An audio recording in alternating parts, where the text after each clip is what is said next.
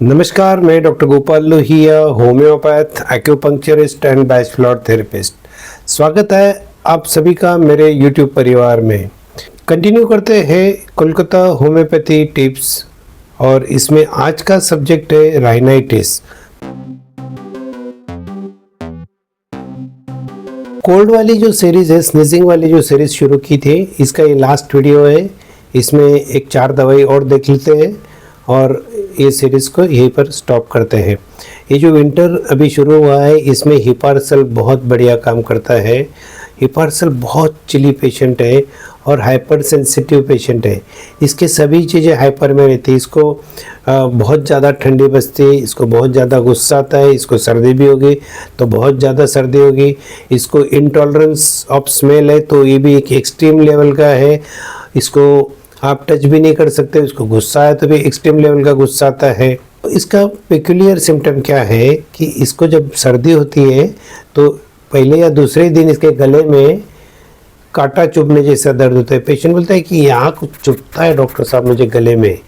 बस इतना भी अगर सिम्टम मिल जाता है आपको और चिली पेशेंट है तो आपको आँख बंद करके हिपारसल देना है। 30 पावर में रिपीटेड डोज में दे देना है। या फिर कभी कभी पेशेंट को क्रॉनिक कोल्ड हो जाता है। हिपारसल चूँकि मेटल ग्रुप का मेडिसिन है, ये कॉन्स्टिट्यूशनल मेडिसिन तरीके भी यूज़ होता है। तो जब पेशेंट बोलता है कि डॉक्टर साहब बहुत गंदी स्मेल आती है सांस में से, मुझे ही आती है, पता नहीं लोगों को आती है कि नहीं, लेकिन अंदर से सड़ी हुई ऐसी बदबू आती है कभी कभी सांस में से, कभी आती है कभी रुक जाती है। बिंदास हिपारसल दीजिए। हिपारसल 30 से चालू करिए, 200 वंस इन ए वीक दे दीजिए। 1 महीने में पूरे ये जो अंदर की जो सड़ी हुई सर्दी है वो सब खत्म हो जाएगी।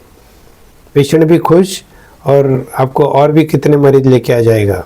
सड़ी हुई मछली ने इस तरह का स्मेल आता है। चीज़ जब खराब हो जाती है वैसी स्मेल आती है अंदर से।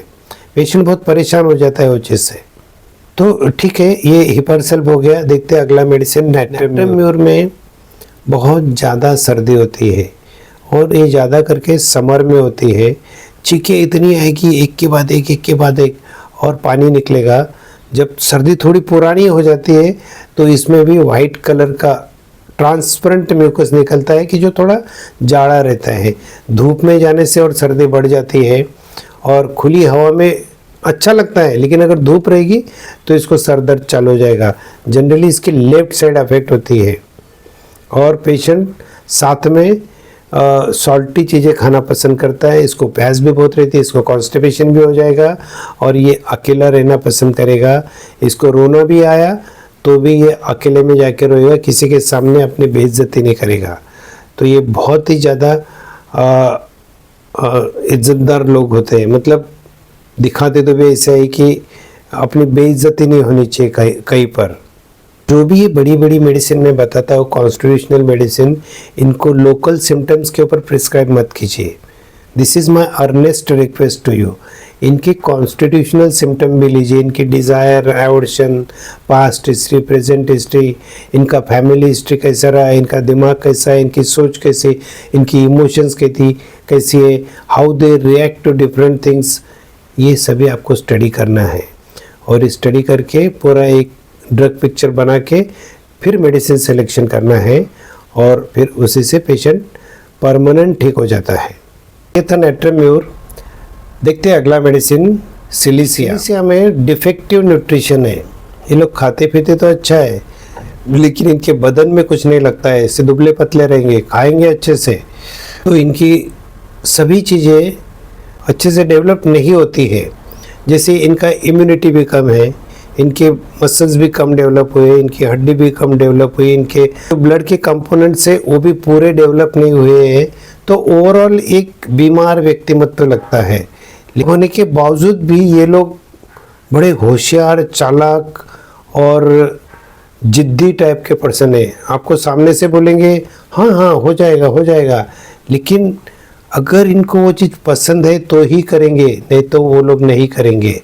आपको जवाब नहीं देंगे वो, क्योंकि दुबले पतले है, आपको प्रतिकार नहीं कर सकते। तो तब तो मान जाएंगे लेकिन बाद में जो मन में आएगा वही करेंगे, उसके कंसिक्वेंसेस जो भी हो। ऐसे लोगों को जब बार बार सर्दी होती रहती है, छींकें आने लग जाती है ज़्यादा करके विंटर में, और ज़्यादा करके मॉर्निंग आवर्स में, मॉर्निंग में उठते ही सर्दी शुरू हो जाती है, तो silicea is the best medicine. साथ में इनके हाथ में और पैरों में, तलों में बहुत ज़्यादा पसीना होता है, और ये इनके जो सॉक्स रहते हैं इसमें से बदबू भी आती है गंदी। वो सॉक्स पहन के भी अगर रूम में आएगी तो पूरे रूम में वो बदबू फैल सकती है, इतने इनके पैर में से ऑफेंसिव स्मेल आता है। सबके नहीं आता है, कुछ सिलिसिया पेशेंट्स में आता है, कुछ में नहीं भी होता है। हमेशा ये थके हुए होते हैं, want of grit, mental and physical, ये एलेंस के नोट पे लिखा हुआ है। और इनको सपोर्ट चाहिए रहता है हमेशा।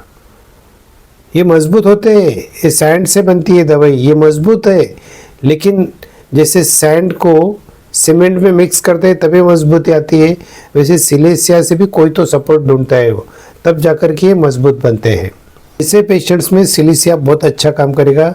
इनफ्रीक्वेंट डोजेज में देना है, मतलब कम डोजेस देना है। 200 अगर शुरू करते हैं तो सुबह एक, दोपहर को एक, रात में एक, 3 डोज देना है, और थोड़े दिन तक राह देखना है, कम से कम हफ्ते भर के लिए, क्योंकि ये स्लो एक्ट करता है लेकिन डीप रूटेड रहता है, डीपली एक्ट करता है और बीमारी को हमेशा के लिए ठीक कर देता है। तो एक क्रॉनिक कोल्ड जिसको बार बार होते रहता है, एज ए कॉन्स्टिट्यूशनल मेडिसिन बहुत अच्छे से काम करता है। अब एक लास्ट मेडिसिन देखते हैं, फिर हम लोग ये सीरीज़ ख़त्म करेंगे। इसका मेडिसिन है कैलकेरिया कार्ब। कैलकेरिया कार्ब में भी डिफेक्टिव न्यूट्रिशन है, लेकिन इस सिलिसिया से अपोजिट है। ये बंदा फूलते जाता है, मोटा मोटा मोटा मोटा होते जाता है। मोटा दिखने में है लेकिन ताकत कुछ नहीं है।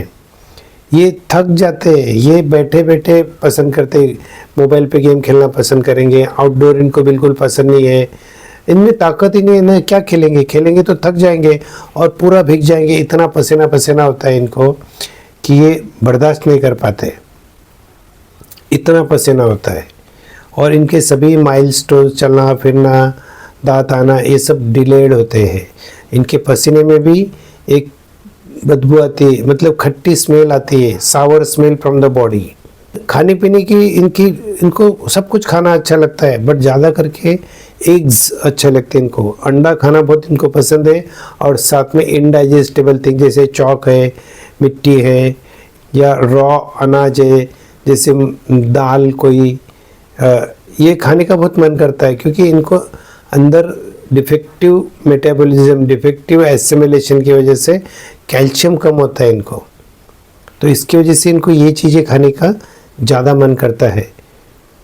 और डैम क्लाइमेट में इनका पूरे डैम क्लाइमेट में इनकी तकलीफ़ें बढ़ जाती है, ड्राई वेदर में दे फील बेटर।